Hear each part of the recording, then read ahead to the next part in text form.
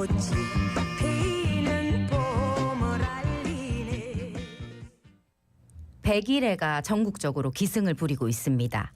부산에서도 백일해 환자가 집단 발생하면서 보건당국이 감염병 발생 대응 체계를 가동하기도 했는데요.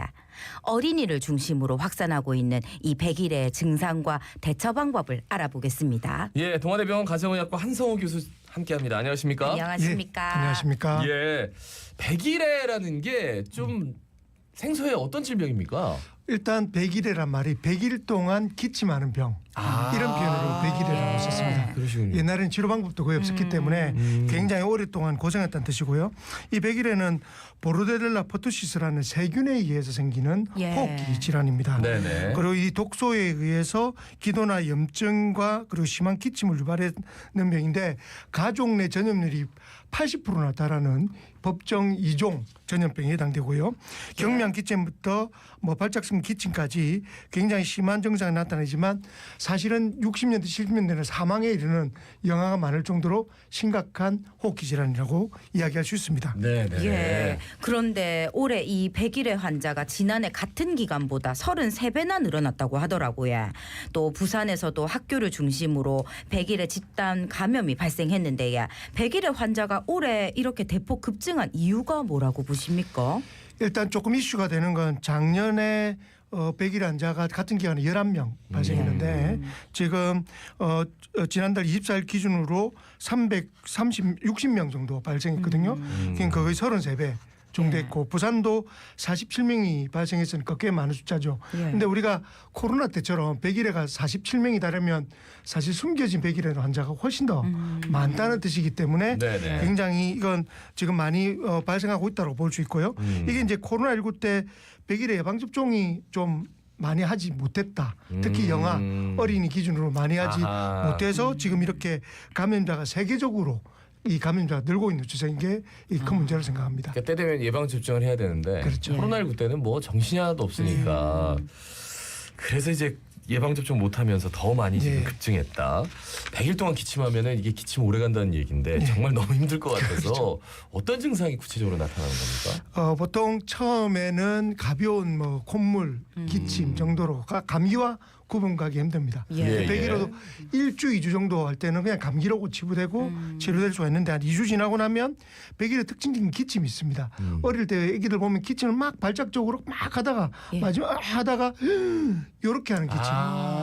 요게 이제 백일의 특징적인. 약간 우리가 천식 얘기할 때 천식은 낑낑 하는 소리가 나고 이거는 기침 끝나고 난 뒤에 숨을 들이쉴 때 들이쉴 때 하고 하는 무호흡 같은 증상이 있거든요. 이거의 특징적인 백일의 기침이고요.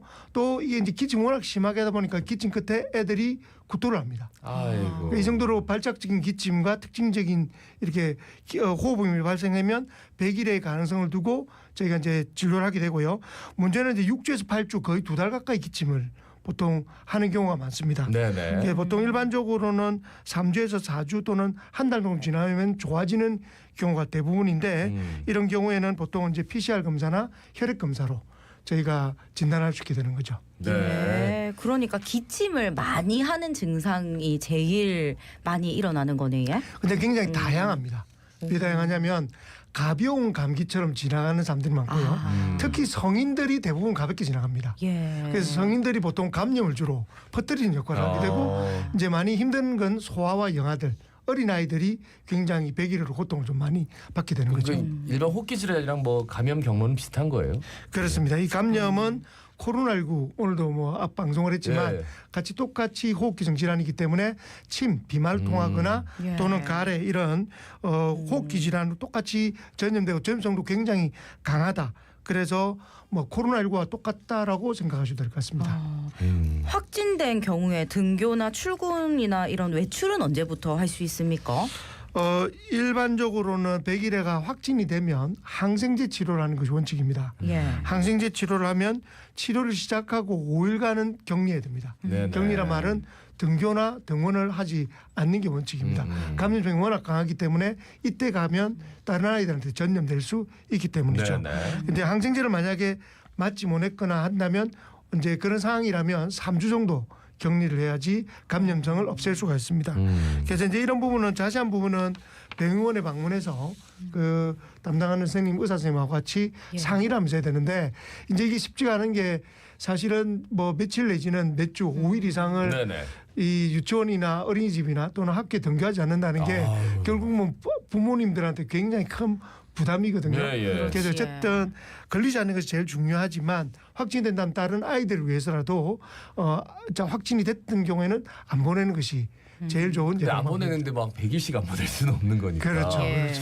최소한 뭐 2, 3주인데 그동안은 그러니까 뭐 어떤 방역 수칙 이런 것들은 딱히 없는가 봐요. 그죠? 원래 그러니까 격리 이종- 뭐 이렇게 이런 예, 거는. 예. 원래 2급 전염병은 이게 급수가 높은 전염병이거든요. 예. 예. 그런데 사실 아직까지 방역 정책으로 의무적으로 격리를 한다든지 이런 예. 것들이 작용하지 않는 것이 사실은 유행의 또 다른 원인입니다. 그 예방 접종 꼭 해야 되는데 그 예방 접종은 어떻게 이루어집니까? 예방 접종은 생후 2개월부터 시작을 예. 해서 총 추가 접종까지만 하면 만 12세까지 6회를 예방 접종을 하는데요.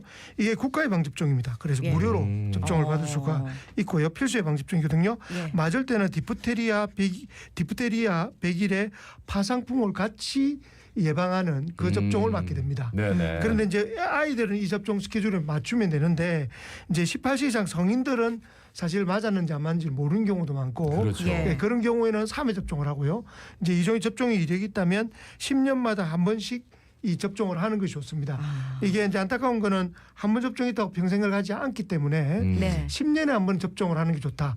근데 우리 100일의 접종보다는 파상품 접종 이렇게 보통은 알고 계십니다. 아. 같이 다 포함되기 때문에 네네네. 예, 파상품 접종이든 100일의 접종이든 10년에 한 번씩 하는 게 좋고요. 특히 이제 임신부들은 원래 생후 2개월 이후에 접종을 시작하기 때문에 요때 노출되면 굉장히 애들이 힘들어하거든요. 네네. 예. 그래서 임신분들은 임신 말기에 꼭 접종을 하는 것이 좋고 임신부를 가진 며느리가 임신부다. 네. 시댁부터 그 다 맞아야 돼요. 친척까지 다 어머니들 아버님 다 오십니다. 좌우지간 우리 며느리한테 옮기면 안 된다라는 애기한테 그런 이제. 소명의식 그렇죠. 예, 이런 걸 가지고 예, 우리 그래서- 애기도 그냥 보호해야 되니까. 그러니까 모든 가족들이 다 접종하러 오시 제 외래로 오시는 경우가 많습니다.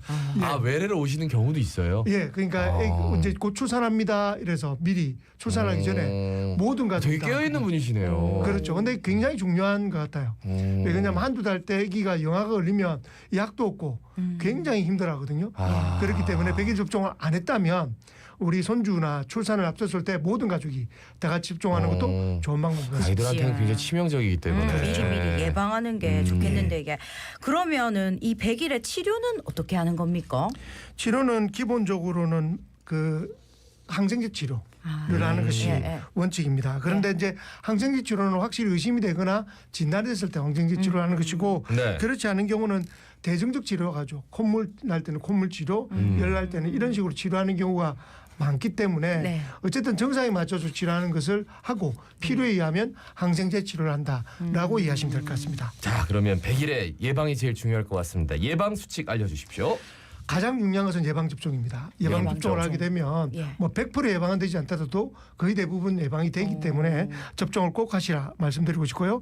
그리고 접종을 하더라도 개인 위생을 철저히 가진 게 중요할 것 같습니다. 네네. 그런 코로나19에 마스크 쓰고 손 씻고 하는 원칙들을 계속 이어나간다면 이 호흡기 감염에 의한 질환들을 예방하는 데 굉장히 도움이 될 거라고 생각합니다. 예. 끝으로 한 말씀 남겨주시겠습니까? 예, 이 코로나 엔데믹이 뭐 끝났다는 이야기 이제 5월 1일부터 마스크도 어렵게 네네. 나왔으니까요. 예. 정말 기쁜 일이기는 하지만 더더욱이나 강조했던 거 코로나19를 겪으면서 아프지 말자. 예. 아프면 고생한다라는 것을 절실히 느끼지 요즘은 않습니까? 진짜 아프면 안 됩니다. 특히나 그렇지 않습니까? 요즘은. 예, 예. 그렇기 때문에 여러 시청자 여러분들 평소에 건강하시고 네. 건강 수칙 예방보다 좋은 것이었기 때문에 철저하게 수칙을 지켜서 건강한 생활을 하시자는 것을 강조하고 싶습니다. 예, 마스크 쓰고 손 씻기 이 정도는 뭐 코로나 엔데믹을 뭐 하든 안 하든 떠나서 예. 늘 좀 수칙을 지키셨으면 좋겠어요. 맞습니다. 그게 면역력이 떨어졌을 때 자신을 지키는 최고의 방법이다. 예, 이미 다 알고 있지 않습니까? 그죠? 맞습니다.